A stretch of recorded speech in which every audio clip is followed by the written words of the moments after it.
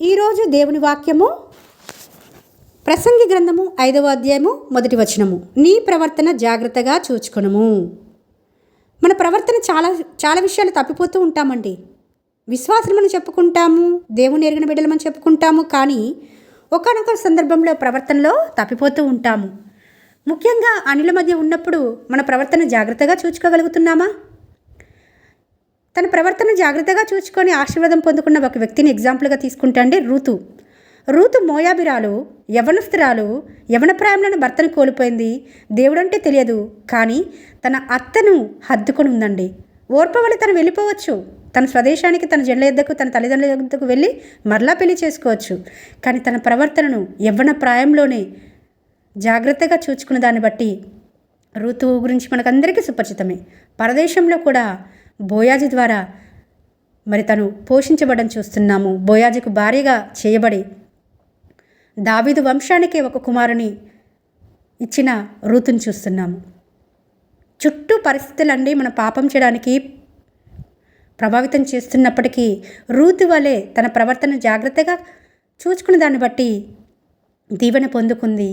ఈ రోజున ఈ వాక్యం ద్వారా దేవుడు మనల్ని హెచ్చరిక చేస్తున్నాడు. మన ప్రవర్తన ఎలా ఉంటుంది?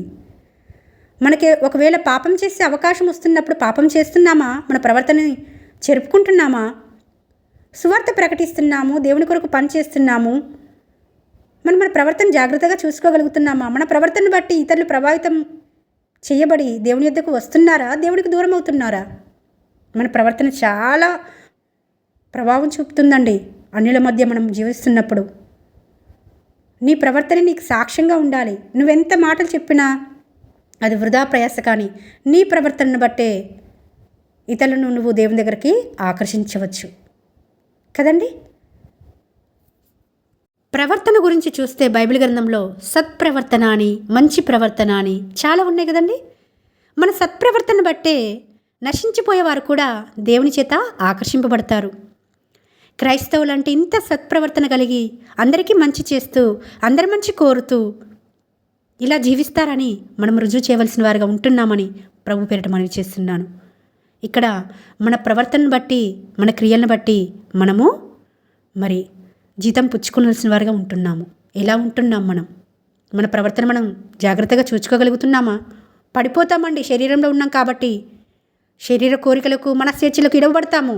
కానీ ఆ సమయాల్లో కూడా మనము దేవుని మీద ఆధారపడి మన ప్రవర్తన జాగ్రత్తగా చూసుకుంటే అనేకులకు ఆశీర్వాద కారణంగా, మన పరిచయంలో మనం ఫలభరితంగా దేవుని చేత వాడబడుతూ దేవుని మహిమార్థమై జీవించేవారిగా ఉంటామని ప్రభుపేట మనవి చేసుకుంటూ, మనకి ఎన్ని శోధనలైనా రావచ్చండి, ఎన్ని కష్ట పరిస్థితులైనా రావచ్చు, ఎన్ని వ్యతిరేక పరిస్థితులైనా రావచ్చు, మన ప్రవర్తనను దేవుడు చూస్తున్నాడు. ఒకానొక దినమున లెక్క అప్పచెప్పవలసిన వారిగా ఉంటున్నామని భయము వణుకుతోటి మన ప్రవర్తనను జాగ్రత్తగా కాచుకొని రూతు వలె మనం కూడా దేవుని చేత ఆశీర్వదింపబడి అనేకులకు ఆశీర్వాద కారణంగా ఉండడానికి మనం పిలువబడినామని గుర్తెరిగిన వారమై ఆ విధంగా జీవించగల కృపను, ధన్యతను దేవుని ఎదురు నుంచి సహాయం పొందుకొని మనం ఆ విధంగా జీవించినట్లుగా దేవుడు దయచేయునుగాక. ఆమేన్.